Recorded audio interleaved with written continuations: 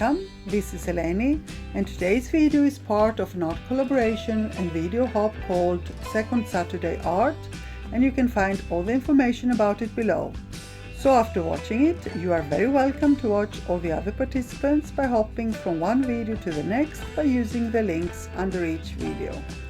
Now, if a video is too fast for you, you can easily slow it down with only 3 clicks. Find out how to do that in the description box.